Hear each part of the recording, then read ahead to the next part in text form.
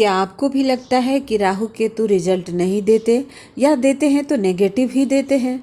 अगर आप ऐसा सोच रहे हैं तो आज मैं आपको बहुत महत्वपूर्ण कुछ बताने जा रही हूँ जिसको जानकर आपके मन का डर निकल जाएगा। तो चलिए शुरू करते हैं। नमस्ते दोस्तों, स्वागत है आप सभी का आपके अपने ही चैनल इनसाइट्स विथ अनुपमा पर। और मैं अनुपमा एक बार फिर से हाजिर हूँ आप सभी के लिए बहुत महत्वपूर्ण वीडियो लेकर। तो दोस्तों, राहु केतु को लेकर एक डर बना रहता है। जिस भाव में बैठते हैं उसका रिजल्ट कैसा होगा, जब वो एक्टिवेट हो जाएंगे तो क्या रिजल्ट देंगे, इस तरह की चीज़ें हमारे मन में बना रहता है। परंतु ऐसा नहीं है, वो जिस भाव में बैठते हैं उसका पॉजिटिव रिजल्ट भी वो देते हैं। फॉर एग्जाम्पल, अगर आपके राहु सेकंड हाउस में बैठा है और आप शादी योग्य हो गए हैं और शादी का इंतज़ार कर रहे हैं, तो नाड़ी ज्योतिष के हिसाब से आपको 3 भावों को देखना होता है। और वो कौन से भाव हैं? सेकंड हाउस, सप्तम और 11th हाउस। इन 3 भावों का कनेक्शन और नक्षत्रों का कनेक्शन बनता है तो आपकी शादी होती है। जैसे कि अगर आप मान लीजिए कि 23-24 साल के हैं और आप सोच रहे हैं कि मेरी शादी होगी कि नहीं होगी, तो आपको अपने कुंडली में इन 3 भावों का संबंध देखना होगा और दशा देखना होगा। सप्तम जरूर शामिल होना चाहिए, सेकंड हाउस और लाभ भाव होना चाहिए, क्योंकि शादी जो है वो लाभ भी है। तो दोस्तों, सेकंड हाउस में जो राहु बैठा है वो अपनी दशा में आपकी शादी कराएगा। जी हाँ दोस्तों, सेकंड हाउस का राहु अपनी दशा या अंतरदशा में वो शादी कराएगा। मान लीजिए कि आप तुला लगन के हैं और आपके सेकंड हाउस में राहु है, तो जब राहु का अंतरदशा आता है और सेकंड हाउस का सप्तम हाउस का दशा, तो फिर वो आपकी शादी करा देता है। यहाँ तक कि वो जिस ग्रह के साथ कनेक्शन में होते हैं और या नक्षत्रों में बैठे होते हैं तो भी वो आपको लाभ देते हैं और इवेंट में वो अपना सहभागिता निभाते हैं। ऐसा नहीं है कि वो आपको भौतिक सुख नहीं देते और परेशानी में डाल देते हैं। हाँ, ये ज़रूर है कि अगर वो पीड़ित है या अष्टम, छठवें, अब 12वें से संबंध बनाए हैं तो जो इवेंट होगा वो कष्ट में होगा।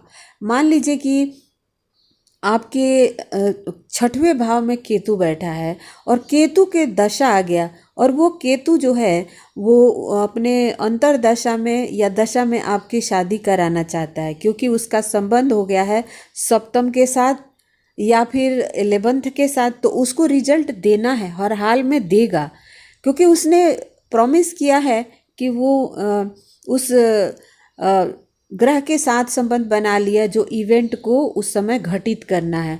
तो केतु आपकी शादी कराएगा, लेकिन बहुत कष्ट देगा आपको।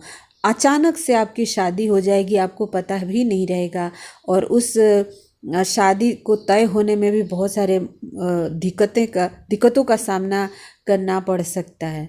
इसी तरह से मान लीजिए कि आप संतान की तैयारी कर रहे हैं और आपके अष्टम में केतु बैठा है और 11th लॉर्ड के नक्षत्र में बैठा है।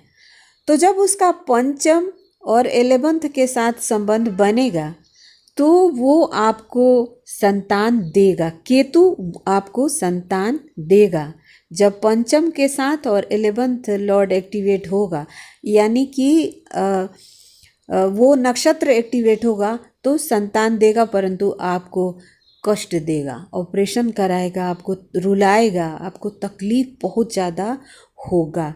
तो इसी तरह से दोस्तों, अगर आप जॉब का प्रिडिक्शन कर रहे हैं, देख रहे हैं कि मेरा केतु बैठा है 10th हाउस में, तो वो तो मेरे को परेशान करेगा, ये दिक्कत देगा, लेकिन 10th में बैठा हुआ केतु आपको आपके प्रोफेशनल लाइफ में सहभागिता निभाएगा। उसके नक्षत्र को देखना होगा, वो नक्षत्र जब एक्टिवेट होगा तो या फिर उस राशिपति का जब दशा आएगा तो उसमें वो एक्टिवेट हो जाएगा और वो आपको रिजल्ट ज़रूर देगा। तो दोस्तों, मैंने देखा कि राहु केतु आपको शादी कराने में, आपको संतान देने में अपना अहम योगदान निभाते हैं। लेकिन लोगों को लगता है कि वो हमेशा कष्ट देते हैं। कष्ट वो तभी देंगे जब 6, 8, 12 से संबंध हो जाएगा, या फिर वो कमज़ोर हो जाएंगे। तो इस स्थिति में आपको इवेंट होगा, लेकिन कष्ट के साथ होगा। जैसा कि शादी होगी, अचानक से शादी हो जाएगी, आपके मनपसंद भी नहीं हो सकता है, या इस तरह से आपको संतान होगा तो कष्ट होगा।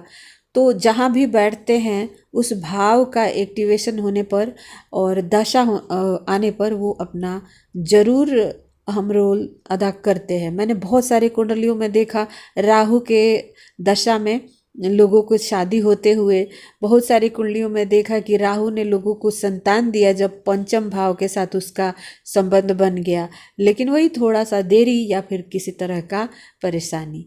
तो ये राहु केतु आपको बहुत अच्छा रिजल्ट देते हैं। और जब आपके लाइफ में कोई इवेंट होने वाला होता है, नक्षत्रों के साथ उनका कनेक्शन बनता है या राशिपति के साथ उनका कनेक्शन बनता है, तो बहुत जल्दी आपको रिजल्ट देते हैं वो, और आपको बिल्कुल निराश नहीं करते हैं। तो आई होप कि आपको आज का वीडियो समझ में आया होगा और आप कुछ ना कुछ राहु केतु को लेकर क्लियर ज़रूर हुए होंगे। मैंने बहुत सारे कुंडलियों पर लगा कर देखा और तभी आपको बता रही हूँ। वीडियो कैसा लगा बताइएगा। Thank you so much for watching. सर्वे भवन्तु सुखिनः।